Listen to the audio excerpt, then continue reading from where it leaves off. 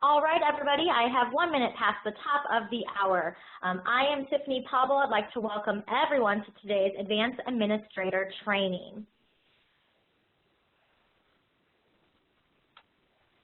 For today's topics, we are going to first cover some of the latest features and guide article topics. So that will include time zones, deleting users, filtering options, the archive button, organizing the library. So those are some of the kind of last couple of topics we've put out there in guide articles.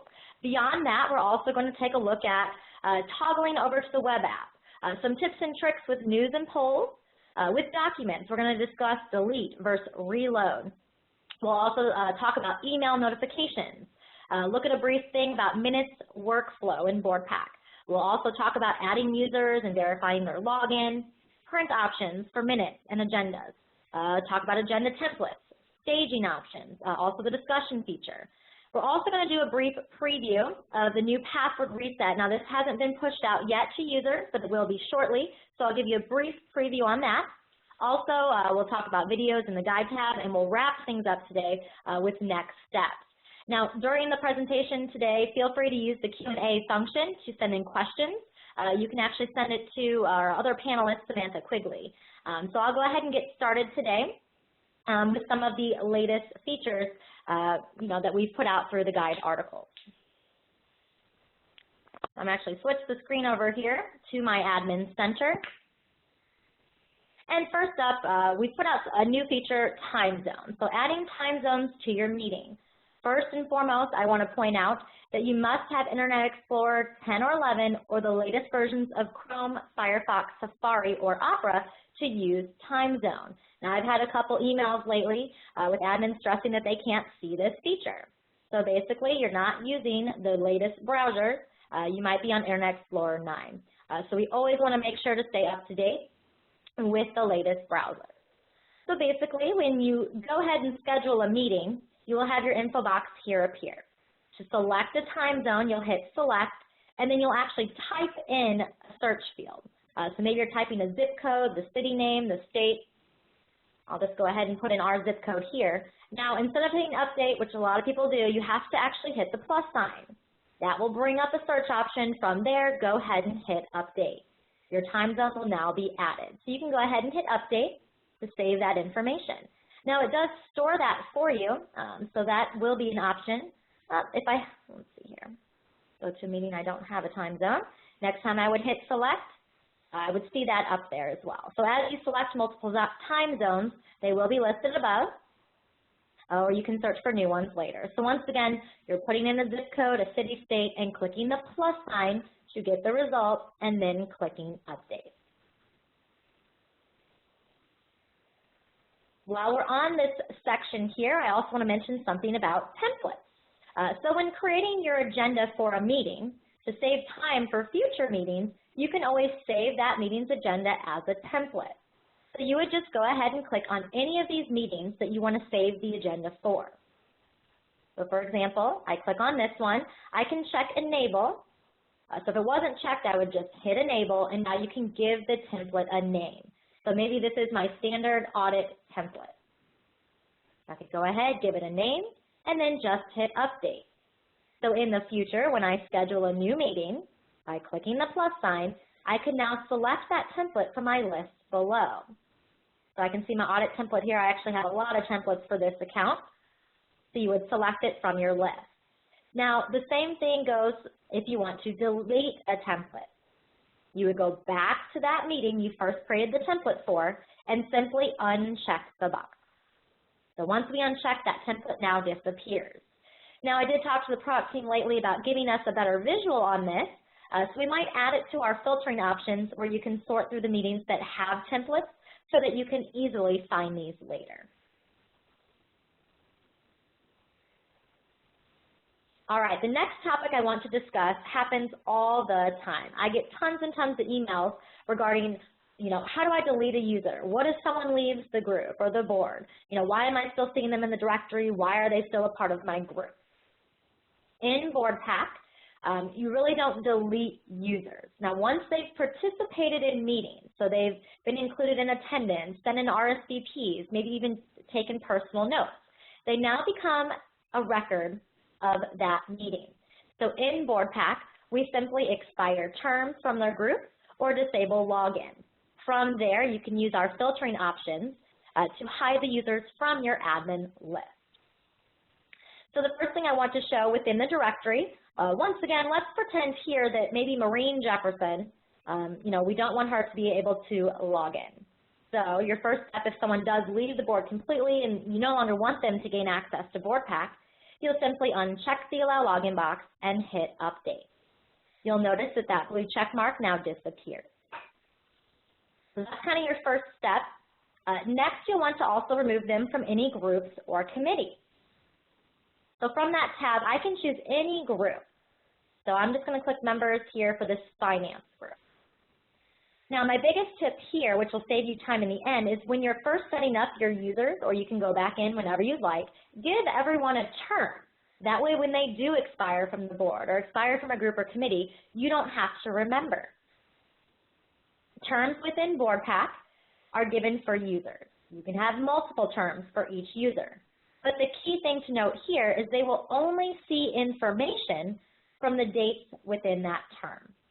So once again, if you have their terms in there and they retire from the board on June 30th, even if they log into BoardPaq if you've forgotten to maybe uncheck their Allow Login or something, they won't see any new board information beyond this date. So like I said, it's very important.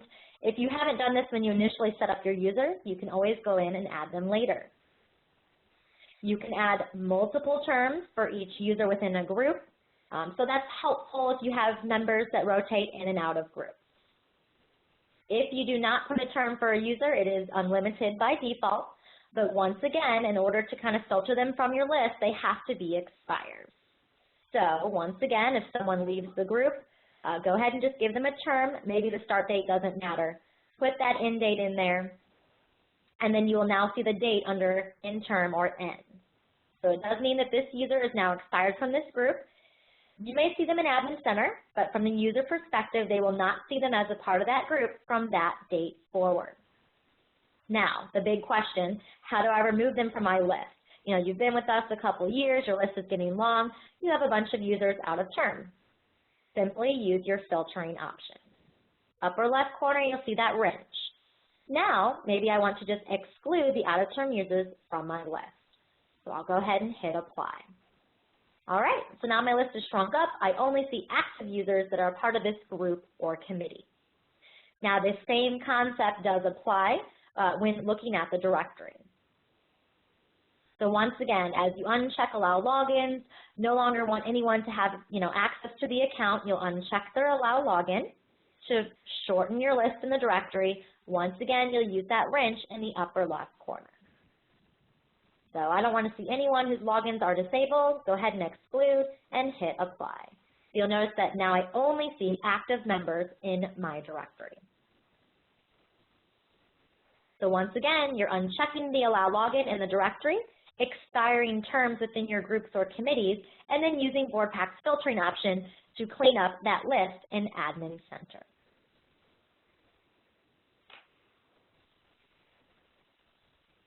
All right, so we're going to be jumping around a little bit today, as I mentioned.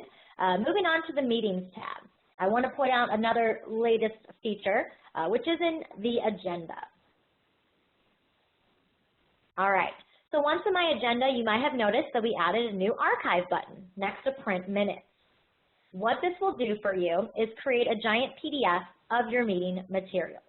Now, this comes in handy if you maybe want to print a hard copy. Save a copy of the file to your own server, your own computer. So you can go ahead and do that here. Now, you have a choice to include your documents. So sometimes you might just want to create a PDF of the meeting or of your minutes or include all documents. So you can decide to include docs, yes or no, and then give it a name. So you can name this Archive, or you can put Archive, full board meeting, put the date or whatever. So most importantly, once again, this will contain your agenda, your minutes if you take them in BoardPaq, and all of your PDF documents. So I do want to stop there and note, if you have Word docs, Excel files, any of those other file types, it will not be included in this large PDF. So once again, contains your minutes, your agenda, your PDF docs into one large file.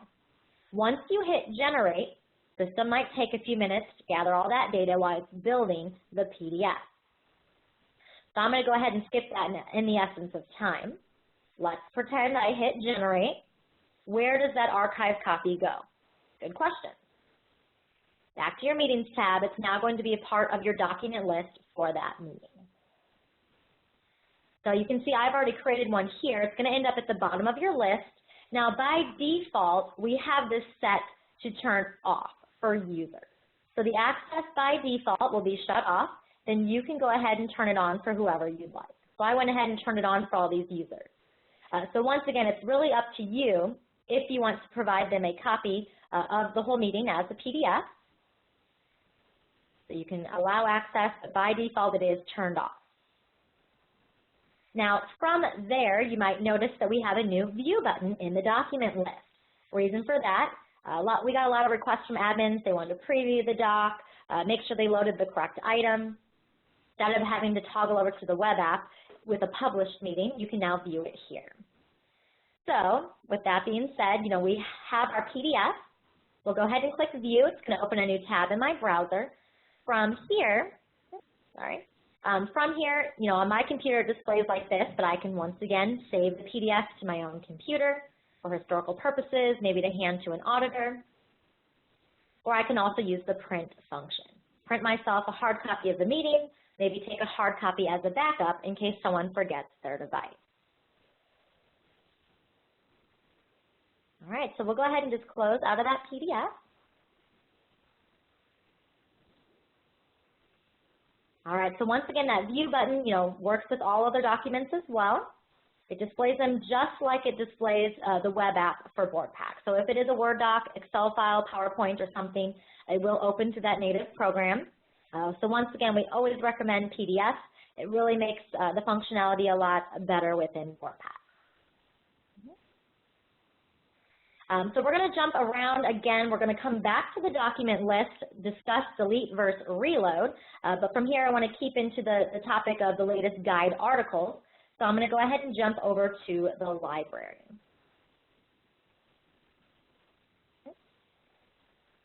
All right, so one of the latest things that we've put out is the ability to easily organize the library. Beforehand, as some of you might know who've been with us longer, you would just put in your categories, folders. You couldn't really reorganize them. Recently, we've made this easier for you. Just like with your document list, we now have our drag and drop arrows. So once you've created category names, folder names, we can go ahead and reorganize these. So maybe you've just listed them quickly, then later on you go back and you want to switch the order of these categories. You'll go ahead and just drag and drop them in place. That carries all the documents and everything with it, so you can easily reorder the library. So once again, using drag and drop arrows, you can use the minus sign to delete a library category as well. And as everyone knows, you can always restrict access. So just to recap, by default, anyone logging in can access library categories unless you further restrict. So clicking access, you can now turn it on for certain groups, off for others.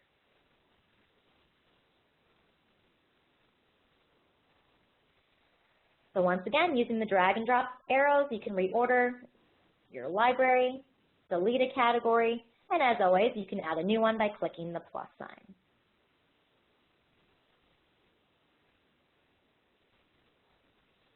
All right, another important thing I want to discuss today is web app toggling. So for a lot of you, you're really good at this. You've set up kind of test committees. You publish information, toggle over to the web app to kind of preview your finished information. So for anyone who's kind of new to the group today, I want to kind of discuss how we can do that. A lot of times when you're working in Admin Center and you're building these categories, folders in the library, you're creating meetings and everything, but you really want to see what it looks like for users. So 2 steps here first. In order to see the web app, it must be turned on for your account or for yourself as an admin. So from the account settings, you can turn web access on here for your account.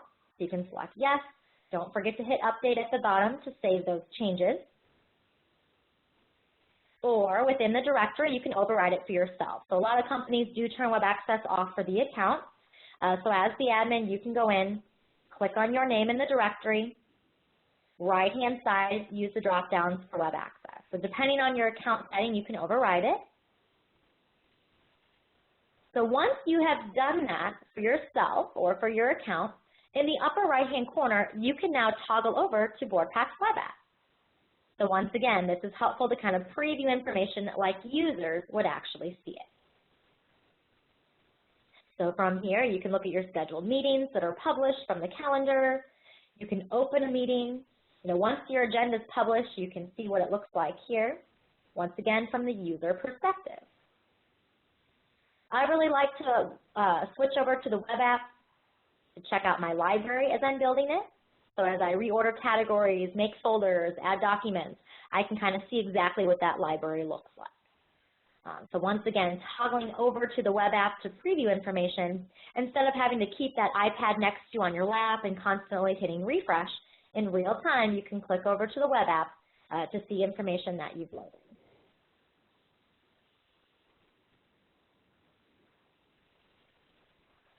All right, so upper right-hand corner, I'm going to toggle us back over to Admin Center. Skipping around again, I want to go over to the News and Polls section. So I highly encourage you guys to use the News and Polls. Once again, it's a great place to kind of write headlines, stories that users will see when they log in. As everyone knows, you can select all or one particular group to see the story. But the most common thing I get is admins will create a story, they put a start and end date, they hit update, and then they toggle over to the web app. Say, Tiffany, I can't see the story. What's going on? You really need to pay attention to the start and end date. So once you put the start date there, that's when it's published for users. So like I said, sometimes you're anxious, you write those stories out there, but you put a start date a couple days out. So if you do that, that story is not going to appear when you switch over to the web app to preview it. So do keep that in mind. Start and end date is when the system will publish that story for your users to see, and the end date is when they will expire the story for you. So once again, if you're toggling over to the web app to preview, make sure that start date is the same day that you're trying to preview it.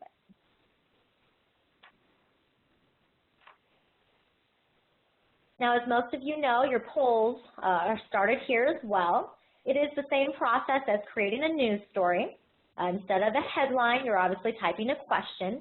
My tip here is users cannot see when the poll expires. So once again, you're putting a start and end date, but they can't see it. So if you'd like, you can tell users in the body of the story when to make your selection by.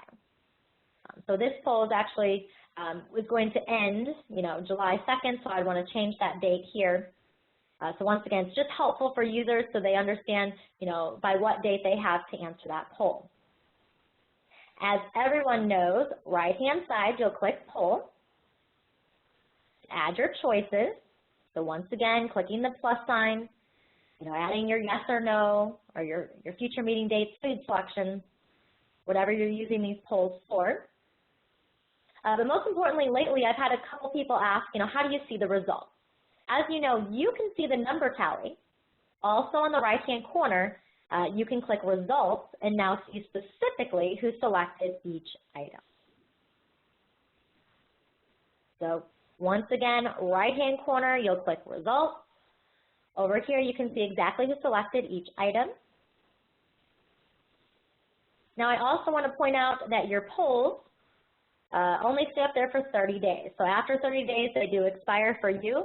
So you want to make sure to get those results, before they do expire. All right, so as I mentioned earlier, we're going to go back to the documents. So we're going to go back to the Meetings tab. We're going to click on Docs for the meeting. And I wanted to discuss a little bit about delete versus reload. So some people, they load a document, it's fine, it's in there, but then maybe a couple days before the meeting, you decide to scrap that whole entire document, like it's no longer a part of the meeting. That's when you would want to use delete. Now, in another situation, if maybe you're just revising the document or something, that's when you want to hit reload, especially if you've already published the meeting information. So essentially, it's 5 days before the meeting, you've put it all out there, directors have been, preparing for the meeting, opening it up, looking at the docs, adding their notes. When you hit reload, it does not cause them to lose their notes. So they actually still retain the old version with their notes, and they'll see the new copy when they log in. So that's what reload will do for your users. So once again, you want to use reload if you're just simply revising the document and putting a new version out there. So that way directors will still have a copy of their notes plus the new version of the document. When you hit delete, that will completely remove the copy. So delete will get rid of the document. It wipes away the document on the director's end, wipes away any notes they had on that doc, completely removes it from the meeting. So essentially delete, once again, maybe you accidentally uploaded the wrong doc in the first place. You can hit delete to remove it. Or like I said, maybe you've decided to scrap that whole document together from the meeting. So once again, delete first, reload. Delete completely removes the doc. Reload is helpful, for revisions of documents so that directors do not lose their notes. Now, one thing I want to mention about that, some directors are a little confused where they see the revised copy or their old version with their notes. From the meeting, all they have to do is click the Doc tab. So on the user perspective, they can either see the agenda or a list of docs. From the list of docs, that is where they will see the old copy and the new one as well. So it actually has kind of like a date and time stamp on there, and they will clearly see that it is a previous version with their notes. All right, one of the next topics is the most frequently asked question we get. Email notifications. What do they go out for? When do they go out? How do they go out? First of all, in the account settings, in order for any email notifications to go out, you must have it on for your account. So in the account tab, it's about half, towards the top here, send notification emails to announce new tasks. You'll go ahead and turn that on for your account. Once again, remember to hit update to save those changes. So once you've done that, your first step is now out of the way. So once again, as the account settings state, email notifications will only go out for tasks within BoardPaq.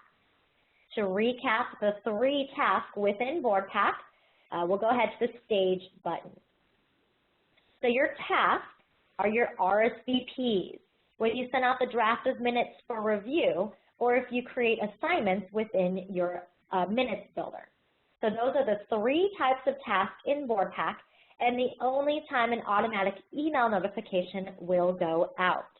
So simply selecting yes, full content, update, creating a poll, stuff like that, does not generate automatic email notifications. So for those types of situations, you want to send just a group or committee email. So once again, as a reminder, from the Groups tab, you can hit that email button. So everyone knows these are one-way messages used for notifications. Users cannot actually respond. So once again, you've created some new polls, added some news and announcements, maybe reloaded a bunch of new docs to a meeting, or did some adjusting to the agenda. If you want to notify users of changes, updates, or just general information, you can go ahead and click email, send it out to the group, or from directory, you can also send an individual email as well. But this is where those notifications are useful. So those are ones that you manually type, send out to the group. Once again, through BoardPaq, the only automatic notifications that go out are for the 3 tasks. So I want to go over, because we're on the Stage button, a couple things here as well. So once again, in order for any user to see the content, as long as they're part of that meeting, the meeting must be published. Yes, full content.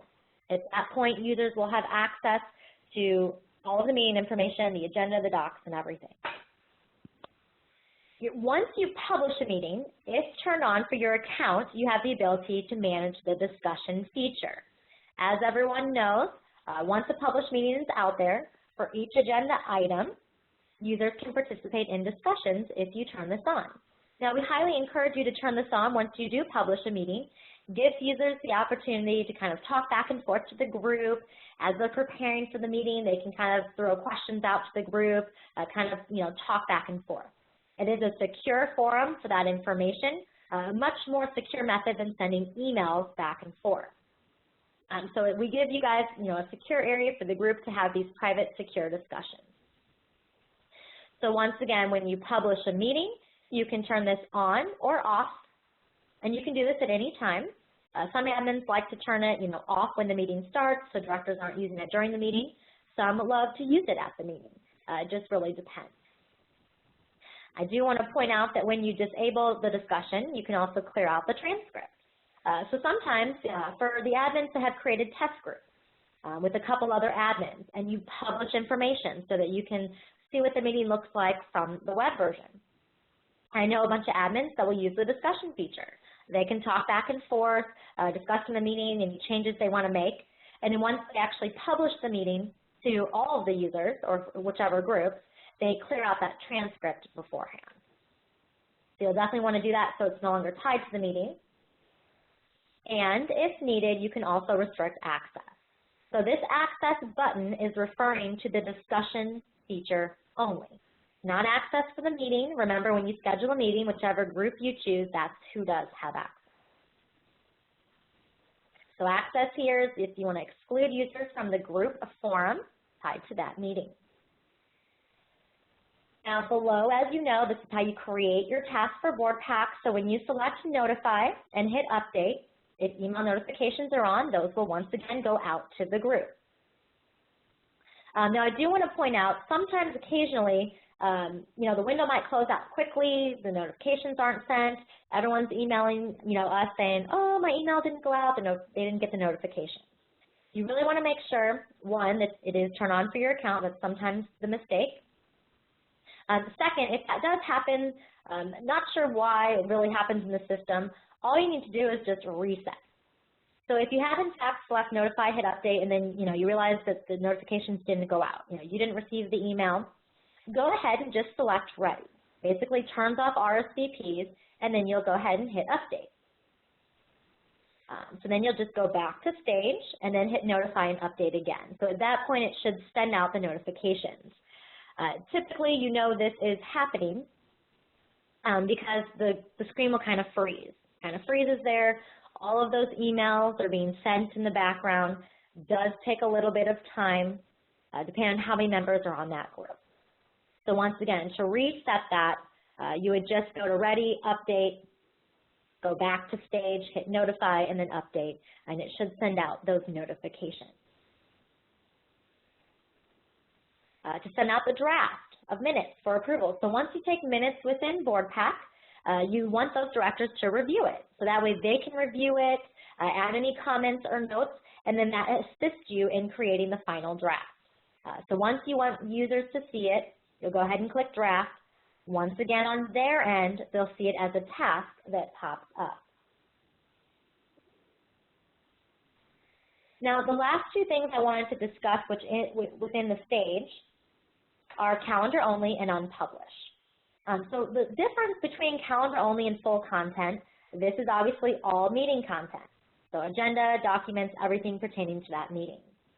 If you want to schedule future meetings, you can always select calendar only, and it will just publish the date and time information.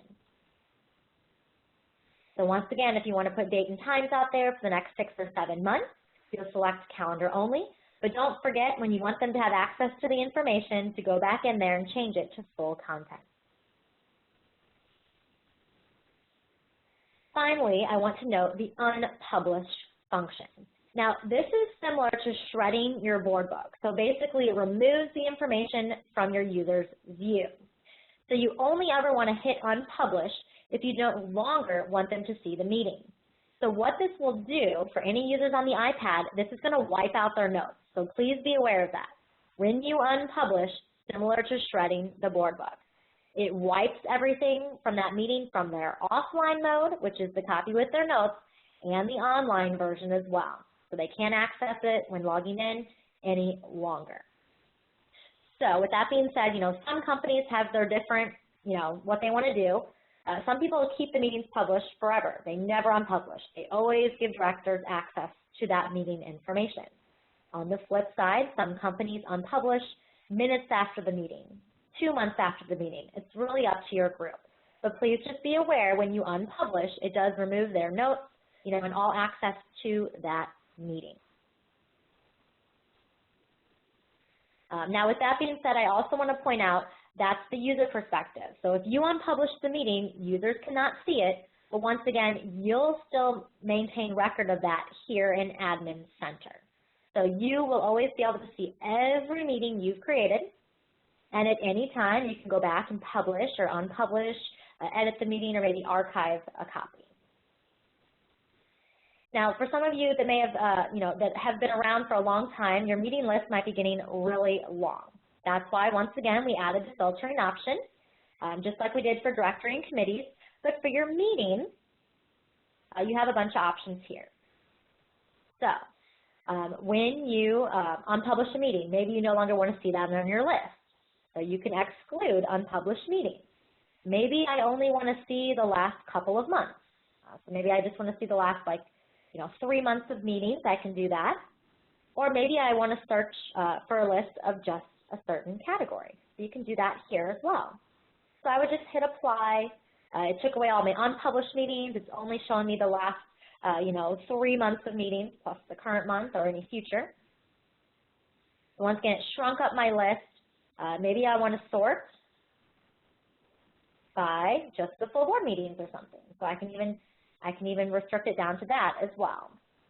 Now keep in mind these settings save. So next time you come back in, you might say, oh my God, my meetings disappeared. Where's my audit committee meeting? You have to remember to go back in and change your filters. So if you want to go back and see all your meetings or see them all, that you've ever created, you could just turn previous months off, and that'll actually load every meeting you've created. So as you can see here, my list is pretty long. I can go back to all those meetings.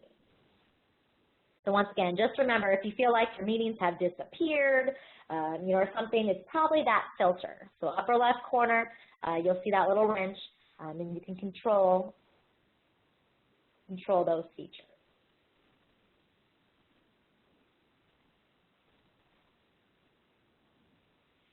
We also added a search function. So if you're looking for text or something from a meeting, you can do this as well. So you can just type the word or phrase, and then it will bring up a list of meetings where that is found. So useful there as well. So as I mentioned, we might add to the filtering the option to sort meetings that have templates. So for those that want to go back, erase old templates, we understand it's a little hard for you to find, so hopefully we'll get that feature in there rather quickly.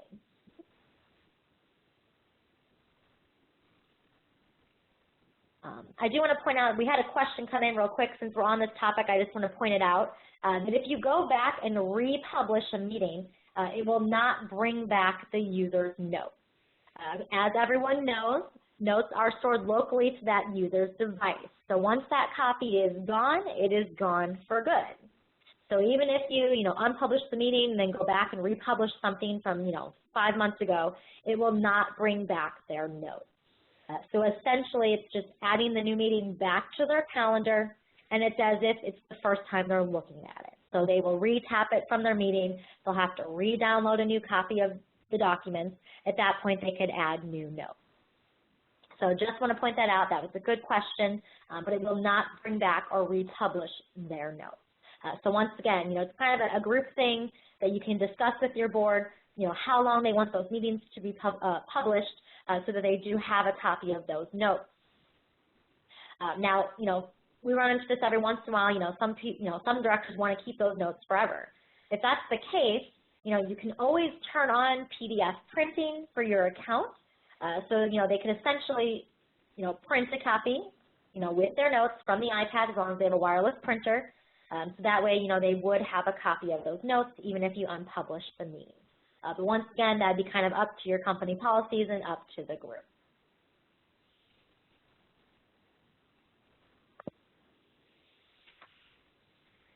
All right, so at this point, I kind of want to switch over to my PowerPoint. We've had a lot of questions lately about minutes. kind of how minutes work in BoardPaq, kind of the workflow of it. So I've kind of created a PowerPoint here to take you through that process. In short, you're basically going to take your minutes at the current meeting. You offer the draft for review for your directors. That's when you create the task to review the draft of minutes. Once those comments come back, you can create a final draft of the copy. You'll then load that copy to the meeting and then formally adapt a final copy of those minutes in the next meeting. So let's take a look at this further. All right, so let's pretend that we're in January's meeting. Once again, using Minutes Builder and Admin Center, you'll record your notes, resolutions, and assignments for the meeting. So on the right, everyone knows what Minutes Builder looks like. You're typing minutes, keeping track of resolutions, creating assignments if needed during that meeting. Once you've kind of cleaned up those minutes and you're ready for directors to see it, you're going to go to the Stage button, click Draft. So this will make it available for directors to review and add their comments. Once again, they're reviewing the draft, adding any comments or notes. This is what it looks like on their end. So this becomes a task within BoardPaq. So they see it, review the draft of minutes. Directors will look over it here. They can see your draft. They can look for errors, omissions. They can add notes up here. So since they're doing this, it's helping you create the final draft of minutes. They'll send those notes back to you. You'll follow up within Admin Center under the Follow-Up tab in the agenda to see any of those notes. So once again, from Admin Center, Follow-Up button, you'll click Minutes Notes, and then you can see the approvals and any notations someone might have added. So you can take those notes, go back to your copy of minutes, make any changes as you see fit.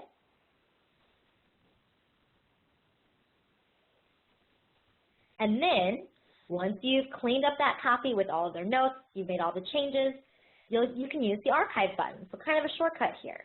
You can use the Archive to create a PDF of your final minutes.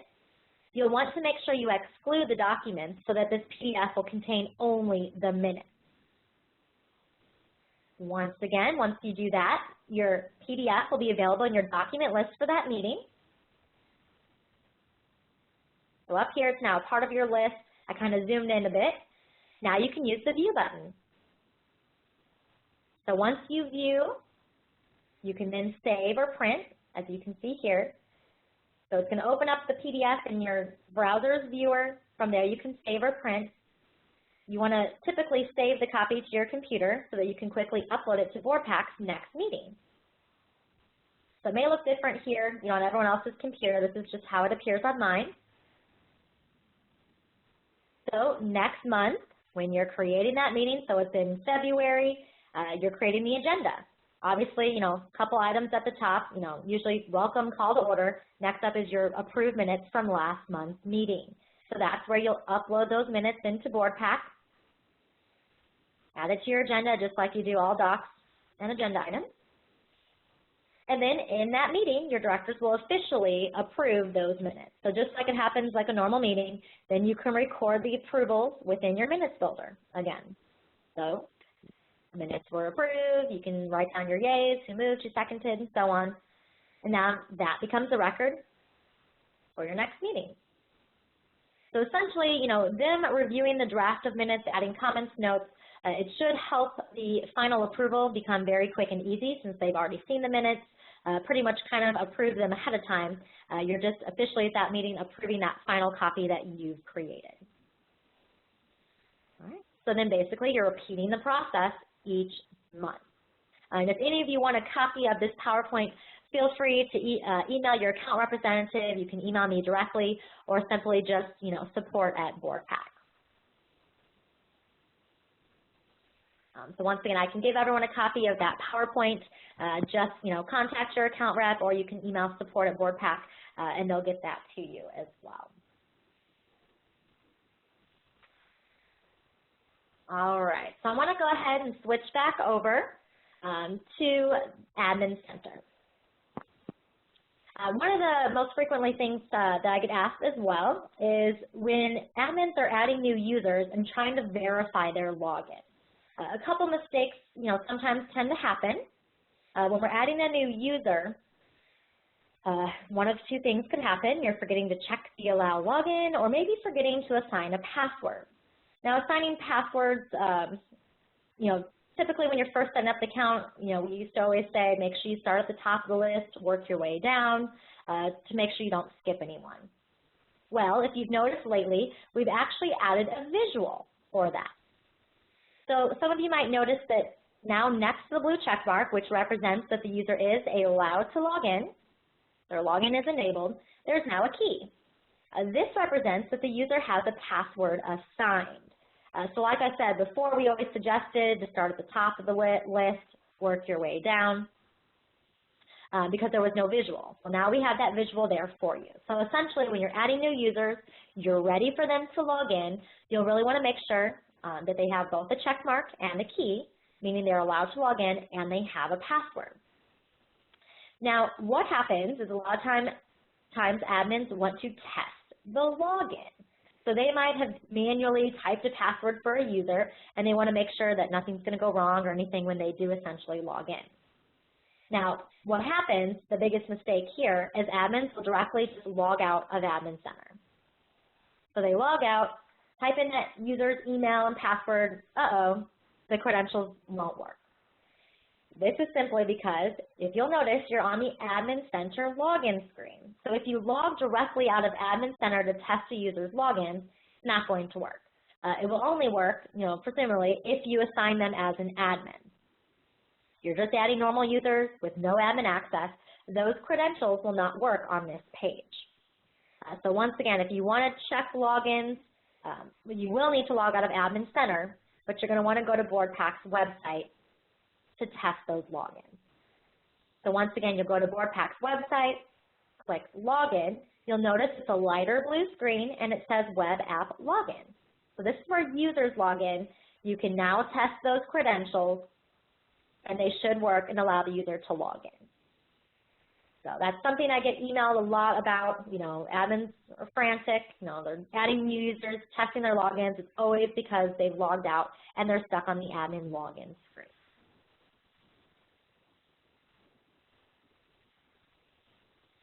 So I'll go ahead and just log back into Admin Center.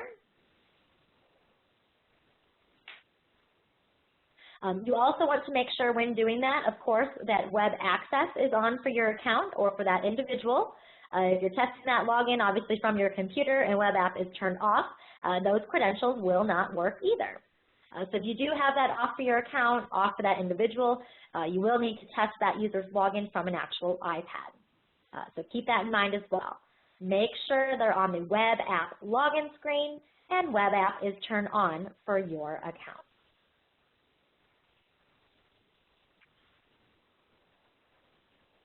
All right, so a couple of things I want to point out within the agenda is your preview agenda and print minutes feature.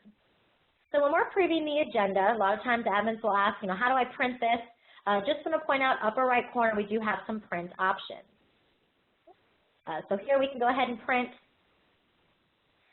For some computers, you can also have this saved as a PDF as well.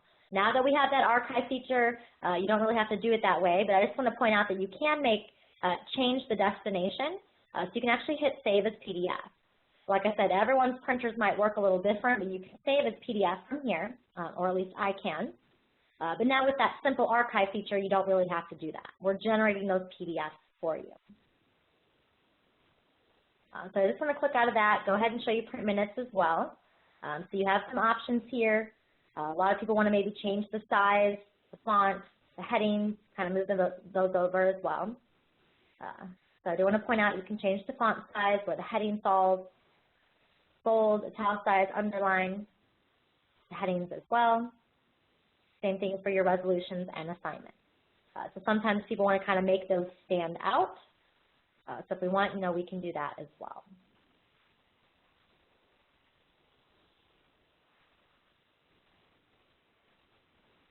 All right, so at this point, I kind of talked about a preview of a new password reset function that is going to come out within BoardPaq. So I'm going to switch back over to the PowerPoint. Keep in mind we should have some time for some questions at the end as well, so you can keep sending those in. Okay, preview, new password reset for users. Essentially, we're putting this out there. The end user doesn't need to contact anyone. It's kind of a self-service, that way, they could get a password reset at any hour if needed. It's going to make the program even more secure. Just a heads up, the reset codes will come via text message sent to the user's mobile phone. So this has not been rolled out yet. We are still in production. When it does roll out, we will be posting a guide article with more details. Just want to give you a preview of what this is going to look like for users.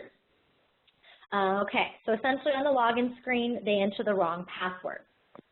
Once they've entered, they have the correct email, just wrong password, these orange messages will appear. I do want to point out we made sure to kind of, make that stand out a little bit better. Oops, sorry. By adding this orange box around the text. A lot of times some users, they don't really see that message pop up, so we really hope that this will help it stand out better. From here, basically, they will get a password reset code sent to the mobile phone. So they're just going to go ahead and click on this link. The text message will come, and they're going to put that code in right here. So they're going to enter the reset code. Once they get that text message, it will come in just a matter of seconds. Go ahead and hit login. Once that code is accepted, then they will go ahead and create a new password. So once it's accepted, they can type their new password in here and then go ahead and log in. So previously, password resets were sent from info@BoardPaq. A lot of people would get bounced emails. The message would get lost in their spam folder. They didn't get the reset code. So like I said, this will alleviate some of these problems, make BoardPaq more secure, and get them, quicker password reset. Now, as far as the end user setup will go, users will now access this through their welcome menu. So when logged into BoardPaq, upper right corner, you can hit the welcome button. And under password help, or change password, they'll now see this password recovery. So when that menu pops up, if the admin has already provided the cell phone number in the directory for the user, it will automatically be turned on. So they'll see their phone number is already in there, but we've now given them the option to publish their cell phone. Some people might want to not publish their cell phone in the directory, so they have the option to turn this on or off. If a user opts out, however, and they do not put in a cell phone number, the only way for them to get a password reset is by you, the admin. So it's kind of, once again, further making it more secure. You guys can verify the user, and simply from Admin Center, hit that password reset. So with that being said, we really want to encourage you to have all of your users provide their cell phone numbers. It's going to keep it simple for everyone, more secure. And then, like I said, any hour, they can receive this password reset. So I really wanted to, someone just flashed up there. We do accept, foreign numbers, so you make sure you put in that country code. So it will be put in there by default. Majority of our customers, U.S. and Canada, so that one will be available there. So just make sure that they do have the country code. So once again, just a quick preview of what this is going to look like as far as the end user setup and what they'll now see on the login screen. Before we roll this out, we will be we'll put a guide article out there, so please, keep an eye out for that. All right, so I want to kind of do a couple recap items, and then we'll go over some questions that have been coming in if you haven't had a chance to get those answered yet. Really want to point out that it's important to keep your users up to date. Keep them on the latest browsers, the latest iOS, and obviously always make sure they're on the latest version of BoardPaq. Everyone should be on BoardPaq 2.0. You can check this out from the activity log within your directory. So as everyone knows, you have your activity log. This isn't just for login. Like I said, you can see which iPad app they're on, which version of iOS they're using. It's really just most beneficial for everyone to stay up to date on the latest browsers, the latest versions of everything. Same thing goes for admins. You might have noticed, as I mentioned way earlier, if you have Internet Explorer 9, you're missing out on some of BoardPaq's features, including, the time zone, the ability to add a time zone, and also error messages. So we do have the file size limit when uploading docs of 15 megabytes. If you're using Internet Explorer 9, we don't have a way to check that, so you won't receive that message. So like I said, Internet Explorer 9 is, over 3 years old. They've come out with a lot more technology since then, Internet Explorer 10, 11. As they come out with more browser technology, it enables us at BoardPaq to come out with more innovative features. So to take advantage of those, you will need those current and updated browsers. So along with keeping your users up to date, once again, it's important as admins yourself to keep your browsers up to date as well. Once again, everyone is encouraged to make sure all of your users are using BoardPaq 2.0. I do want to also encourage everyone, if you haven't already, or maybe just as a refresher, you can always sign up for a one-on-one admin training. So you can contact your account rep, set up a one-on-one training. If you've gone through, admin training, you can always go through another one, or maybe just have us take a quick look at your screen, make sure that everything's set up properly. We can answer any questions at that time, maybe some things that you've seen, or maybe if you just jot down a list of questions as you're kind of working through our product. So we are all always here to help, always excited to do admin trainings, kind of talk to our users and, see what you guys have been doing in Admin Center. So it is encouraged, once again, contact your account rep, or you can email support@BoardPaq and get signed up for those individual training sessions. Same thing for your directors. We highly encourage that you sign them up for director training. Contact your account rep, once again, to set up a date and time. But those, highly, highly recommended. Even if your board's been using BoardPaq 6 months, a year, sign up for director training. There might be a lot of questions they have that they're too shy to ask, or maybe some features they're missing out on because they just, are too shy, once again, to ask how to do it. So we really want to encourage you to always sign up for those director training sessions. Now, if you don't want to sign up for director training sessions, we completely understand, director training, admin training. So I wanted to point out that we've made this even easier for you. In the Guide tab, if you haven't noticed already, we've added helpful training videos. So once again, if you don't want to sign up for live training, you can always watch these videos at your leisure as well. They're great videos. They're all just under 2 minutes long. Maybe you've forgotten how to create a poll. Click on it, and then this video will show you exactly how it's done. So it's a nice visual. Like I said, if we can't explain it to you over the phone or over screen share or something, because you don't have time or something, check out these videos. So they are kind of like live videos. Like I said, it'll take you through step by step, just as if you're doing a screen share with your account rep. So those are training videos for you. Users have them as well. So back over on the web app, I don't have my iPad connected right now, but it's the same thing. Upper right-hand corner for users, they can see videos. So for the web app, you have your login video and basic features. For the iPad, there's 2 additional videos, and those show both annotations and offline mode. So once again, if you can't get directors to sign up for training, definitely let them be aware. Upper right-hand corner, they can always watch these helpful training videos. All right. So with that being said, I do want to point out we do have director training coming up. There's 2 separate sessions. We highly encourage you guys to send those links out to your users. Group session just like this. So it's kind of anonymous. They won't be on the spot or whatever, having to ask questions or anything. They can just kind of log into these sessions at their leisure during that time. We'll be covering both the iPad and web app, going over best practices and how to basically, navigate the app and everything as well. So we highly encourage you to get those dates out there for your directors so they can sign up for sessions. Admins, you're welcome to attend as well. It's always nice for you guys to see the director's perspective as well in case they have questions. Now keep in mind, I have been recording this session, so this recording should be available as well. Might be sending it out via email, or we'll be posting it in the Guide tab, not sure quite yet.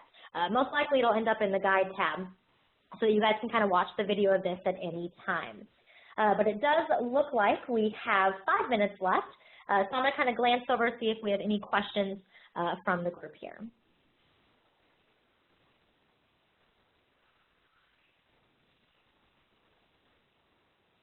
Okay, it looks like someone had some questions about back to the document versions and director notes. So when you hit reload, it's putting the new version out there for your users. So basically, it's not going to sync their notes. So they have two separate copies now.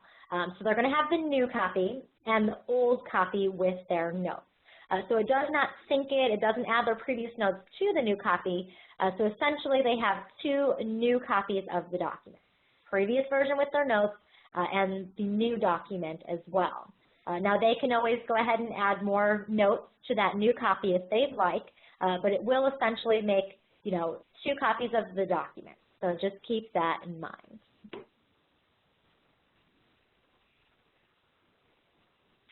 All right, there was another question about filtering from the Meetings tab. If you change your filtering options to only show the last 3 months, this is not going to affect your user's perspective. So this is just for you in Admin Center. It's just to clean up your list. Like I said, customers who've been around a long time, their lists were getting really long, really wanted a way to clean that up. So we added these filters. So this doesn't affect user view. So if right here, I'm only showing the last 3 months, but this is just for me in Admin Center. So I could have months, 6 months, or meetings, 6 months, 7, 8 months back. As long as they're published, that's what the users will see. So publish, unpublish affects the users. These filter options are just simply for your Admin Center list. So it just cleans that up for you. You know, doesn't affect at all the user.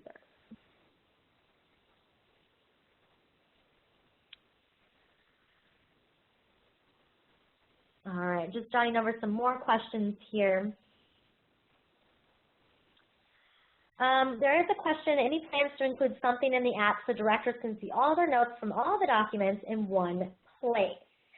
Now, currently your agenda item notes are synced from both the app and the web version, so those are available, you know, regardless of how you log in. There has been discussions, now I don't want to put any specific time frames or anything like that, this would be pretty far down the road. So I think eventually the notes will sync between, you know, the web app, the iPad app, but it's something that's going to be a little bit down the road. I do want to point out that we are working on web annotations. So for any users that don't have iPads and they've been using the web version, they will be included in this whole annotation ability. So they'll be able to add notes. That technology is going to kind of change where the notes are stored. Later on, that might be carried on to the iPad app as well. But I do want to point out, you know, with the notes being stored locally on that user's device, it really helps them pull up the document faster. If they were pulling these documents from the cloud each time, you might run into some bandwidth issues in your meeting. And like I said, it would essentially have to download that copy from the cloud each time. So with the document notes being stored locally on their device, it really brings up those documents quicker and then obviously provides them with a document for offline mode as well. So there are some advantages of, like I said, having those notes stored locally to the device.